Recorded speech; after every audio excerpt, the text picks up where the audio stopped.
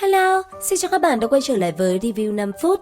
Trong Đấu La Đại Lục, ở những diễn biến tiếp theo, rất nhanh sau khi trở thành hải thần, Đường Tam đã trở lại đại quân Thiên Đấu Đế Quốc. Bởi vậy, ngay sau đó, cuộc chiến giữa hải thần Đường Tam và thiên sứ thần Thiên Nhật Tuyết đã diễn ra hết sức ác liệt. Đến cuối cùng, Đường Tam chiến thắng, Thiên Nhật Tuyết suýt nữa bỏ mạng. Rất may, nàng được mẹ mình là Bỉ Bỉ Đông cứu đi. Và theo thời gian trôi qua, sau khi Thiên Nhật Tuyết hồi phục hoàn toàn, nàng cùng mẹ mình là Bỉ Bỉ Đông cũng liền tới Gia Lăng Quan để khiêu chiến với Đường Tam. Và trong trận đấu đó, việc một mình Đường Tam chống lại hai vị thần là hoàn toàn bất khả thi. Hơn nữa, giờ đây, trong trận chiến thần cấp, mặc dù rất muốn, thế nhưng đã không còn ai có thể cứu được anh ấy.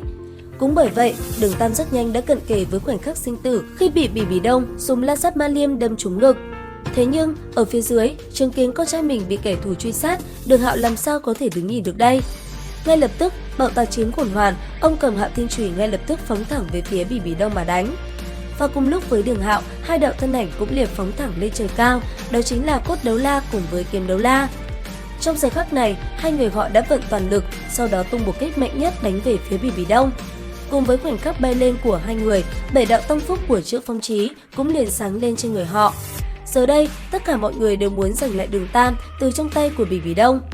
Thế nhưng, Bỉ Bỉ Đông vô cùng biến ảo, đón nhận hai đạo công kích đang lao tới, tay phải nàng khống chế la sát ma liêm trên ngực của Đường Tam, đồng thời tay trái điều khiển quang mang màu tím đen, đỡ lấy một kích tạc hoàn toàn lực của Họa Thiên Chùy.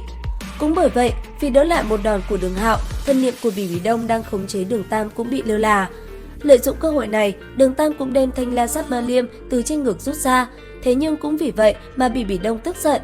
Bởi vậy, nàng liền làm nó nổ tung khi đang ở trên tay của Đường Tam, khiến thân thể nam nhân kia đã bị tổn hại nghiêm trọng.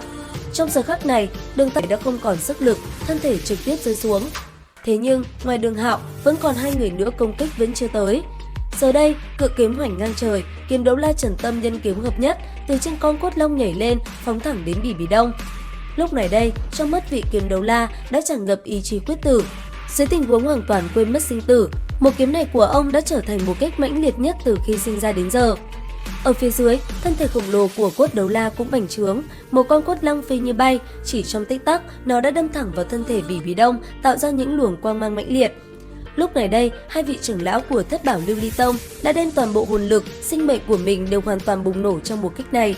Hai bên cơ hội là cùng lúc phát sinh ra va chạm, vô số khúc xương trắng bệch vỡ tung trên bầu trời. Thanh thất sát kiếm, biểu tượng bốc hồn cả đời đi theo Kiếm Đấu La Trần Tâm, trong nháy mắt cũng gãy đoạn. Hai vị phong hào đấu la tung hoành đại lục cả đời, đồng thời bỏ mạng trên không trung. Trên đầu tường Gia Lăng Quan, Tiểu Vũ cùng với Triệu Vinh Vinh, áo tu lạp sắc mặt trắng bệch chạy lên trên tường thành. Bọn họ nhận được tin tức chậm một chút, khi chạy đến cũng chỉ kịp chứng kiến được một màn va chạm cuối cùng của Bỉ Bỉ Đông và Đường Tam. Khoảnh khắc đó, trái tim Đường Tam đã bị Bỉ Bỉ Đông bóp nát, thân thể Đường Tam cứ thế bỏ mạng ngay ở giữa không trung. Cũng bởi vậy, mọi người đã ngay lập tức chạy lại đỡ lấy thân thể Đường Tam và gào thét trong đau đớn. Thế nhưng, trong lúc đó, không có ai chú ý đến, tông chủ Thất Bảo Lưu Ly Tông Trượng Phong Chí, ông một mình chống gậy bước đi từng bước về phía Gia Lăng Quan. Trên tay ông chính là những mảnh vụn mà thi thể của Kiếm Đấu La cùng với Cốt Đấu La để lại. Hai người thân thiết bỏ mạng cùng lúc, trái tim ông vỡ vụn, nước mắt cứ thế chảy xuôi xuống gương mặt già nua. Và cứ như vậy, một người 97 cấp, một người 95 cấp, hai vị phong hào đấu la từng một thời tung hoành khắp đại lục đã bỏ mạng để cứu lại Đường Tam. Có thể nói, đây chính là hai người để lại tiếc nuối nhất trong lòng khán giả, tính cách lạnh lùng, hành hiệp trượng nghĩa, còn những mỹ từ nào có thể miêu tả đầy đủ về họ đây? Mặc dù bỏ mạng là điều không ai muốn, thế nhưng theo như Kiếm Đấu La được hy sinh dưới tay một vị thần, với ông như thế cũng là quá đủ cho một kiếp này. Cả đời luyện kiếm, cuối cùng ông cũng được thỏa lòng mình. Tuy là cái kết buồn, thế nhưng tấm lòng trượng nghĩa của hai người thì vẫn còn mãi với trời xanh. Video đến đây là hết rồi. Xin chào và hẹn gặp lại các bạn ở những video tiếp theo.